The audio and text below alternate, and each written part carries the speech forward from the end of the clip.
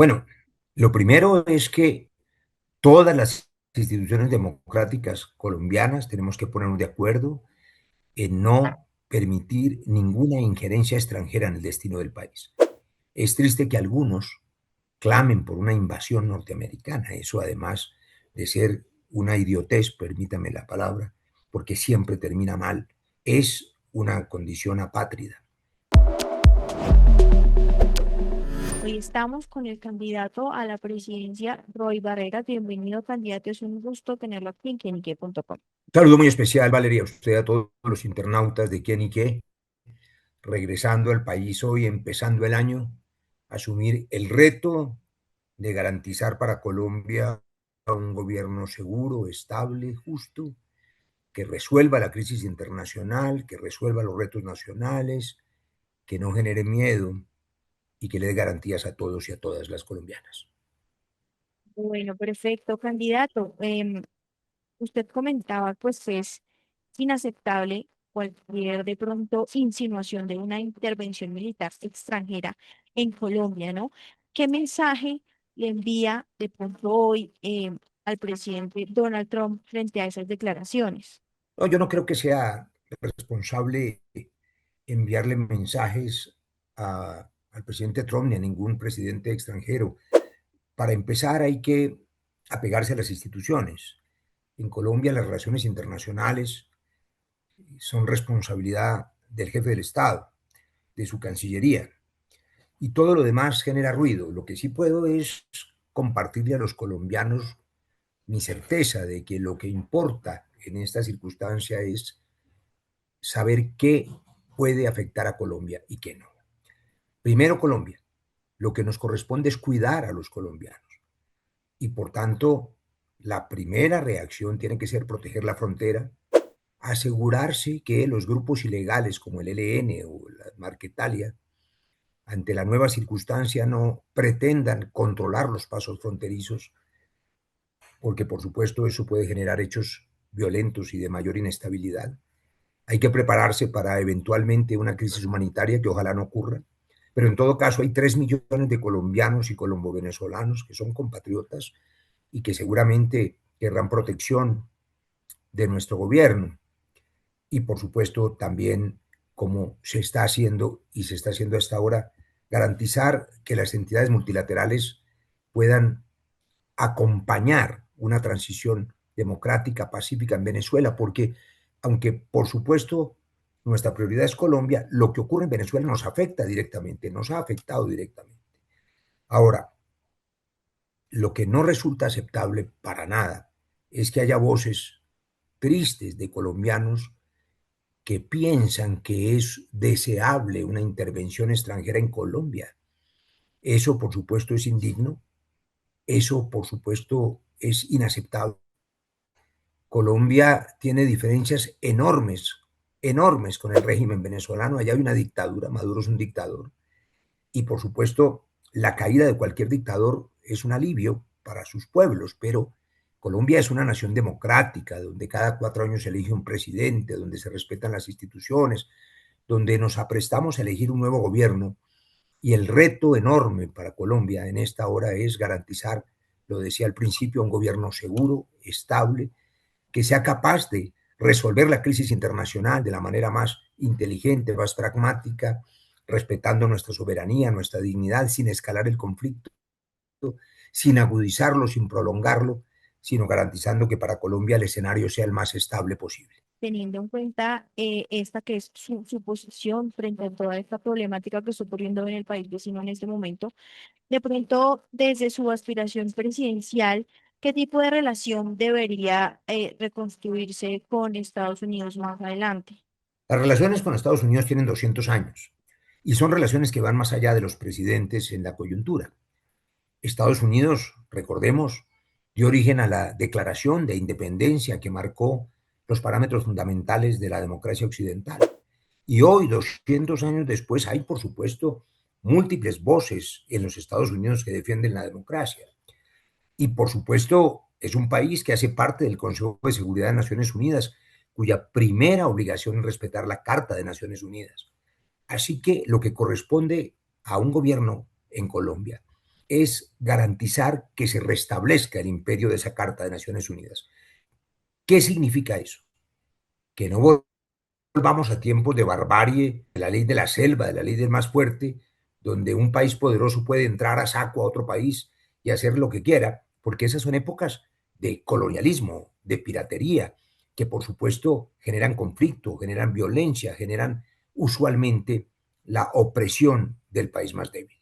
Para eso se inventó las Naciones Unidas y la Carta de Naciones Unidas y lo que corresponde en bloque, todos los países de América Latina ya lo están haciendo, varios de ellos, es exigir que se restablezca esa carta. Ahora, ¿qué pasará en Venezuela y cómo va a afectar a Colombia, que es mi primera preocupación?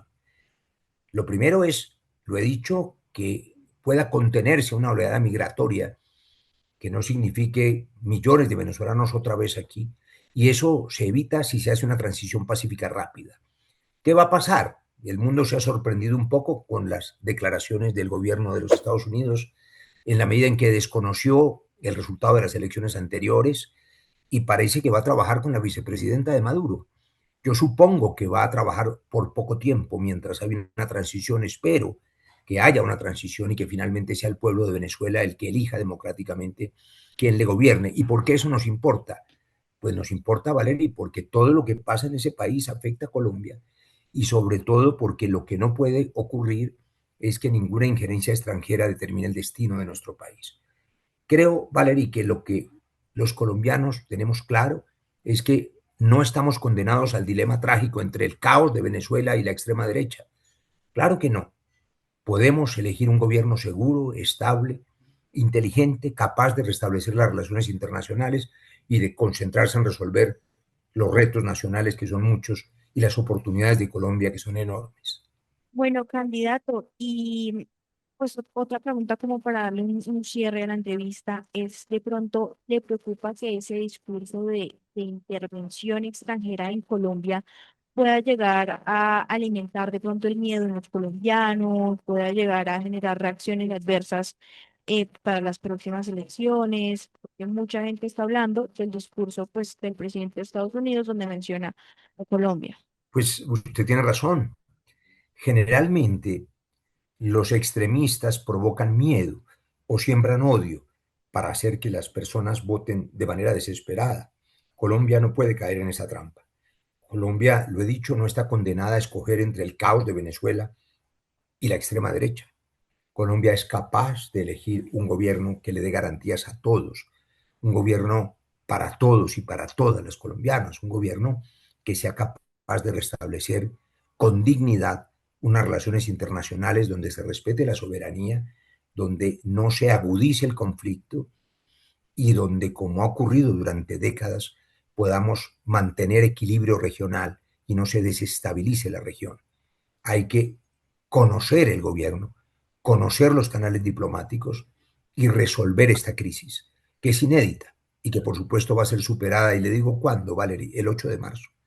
El 8 de marzo Colombia estará más tranquila, porque los ciudadanos habrán decidido ese gobierno estable, seguro, justo y tranquilo. Y además, con una característica, no vamos a volver al pasado. La mayoría de los hogares y de las familias colombianas lo que quieren es avanzar, mejorar sus condiciones, progresar. Eso es lo que se llama progresismo, progresar.